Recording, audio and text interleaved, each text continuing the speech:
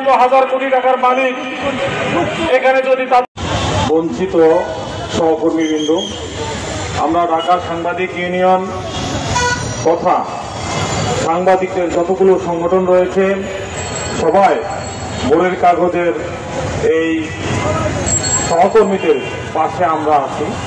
যতক্ষণ পর্যন্ত না সাবের হোসেন চৌধুরী আমার ভাইদের পাওনা বুঝিয়ে না দিবেন ততক্ষণ পর্যন্ত আমরা এই আন্দোলন চালিয়ে যাব। আমাদের এই আন্দোলন চলবে, ধারাবাহিক কর্মসূচি চলবে। সাবের হোসেন চৌধুরীকে আমি বলে দিতে চাই, ঢাকা সাংবাদিক ইউনিয়নকে চ্যালেঞ্জ করে এই পর্যন্ত কোনো মালিক রক্ষা পেয়েছেন আমার জানা নাই। আমরা আপনার থেকেও বড় বড় বাগা মালিকদেরকে বসিয়ে পাওনা আদায় করে ছেড়েছি। আমরা কোনো পত্রিকা কখনোই বন্ধ করার পক্ষে নাই। জনাব সাবের হোসেন চৌধুরী, আপনাকে স্পষ্ট ভাষায় বলে দিতে চাই, আমরা ওই দিনও আপনার পত্রিকার অফিসের সামনে আমরা আমাদের নেতৃবৃন্দ সেখানে কথা বলেছিলেন। আমরা আমাদের সহকর্মীদের পাশে দাঁড়িয়েছি।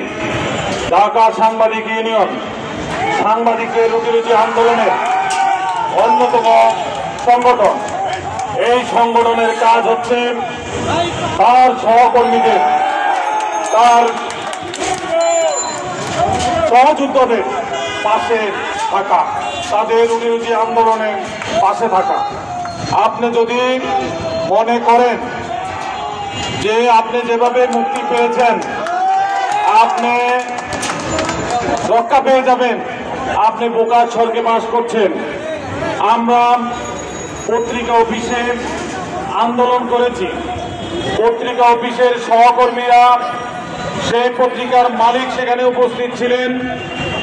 সেই মালিকের বিরুদ্ধে আমরা সাংবাদিক নেতৃবৃন্দ কথা বলেছি, কর্মচারীরা সেখানে উপস্থিত ছিলেন। সেই পত্রিকায় মালিকের বিরুদ্ধে নিউজ প্রকাশিত হয়েছে। এটা হচ্ছে সংবাদপত্রের আন্দোলনের নিয়ম। কিন্তু আপনি যদি মনে করেন যে এইভাবে ৬-৯ খেলে তামাশা করে আপনি আমার ভাইদের পাওনা না দিয়ে আপনি পার পেয়ে যাবেন, তাহলে আপনি বোকার স্বর্গে বাস করছেন। আপনাকে বলে দিতে চাই, অনতি বিলম্বে আপনি আমার ভাইদের পাওনা পরিশোধ করুন, নতুবা আপনি এর চেয়ে আপনাকে কি পর্যায়ে নিয়ে যাওয়া লাগে আপনাকে রাস্তায় নামিয়ে আনা হবে। আপনার সমস্ত কোথায় আছেন, আপনি কি করছেন, কার সাথে কথা বলছেন, কিভাবে মেকানিজম করছেন, কিভাবে ১০০ পত্রিকা বের করছেন, কাকে দিয়ে পত্রিকা বের করছেন, কোথায় আপনারা মিটিং করছেন, এগুলি আমরা সব জানি। আপনাদেরকে বলে দিতে চাই, জনাব সাবের হোসেন চৌধুরী, আপনি যদি অনতি বিলম্বে আমার ভাইদের পাওনা পরিশোধ না করেন তাহলে আপনাকে 10 তলা থেকে কিভাবে রাস্তায় নামিয়ে আনতে হয় সাংবাদিক সমাজ, ঢাকা সাংবাদিক ইউনিয়ন সেটা আপনাকে দেখিয়ে দিবে। আমরা ওই দিনকাও